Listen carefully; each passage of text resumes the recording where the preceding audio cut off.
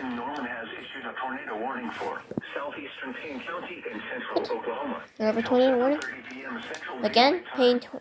Payne. At 6:40 p.m. Central Daylight Time, a severe thunderstorm capable of producing a tornado was located 5 miles Payne County northeast again? of Cushing, moving east at 40 miles an hour. A second area of rotation was detected 3 miles east of Yale.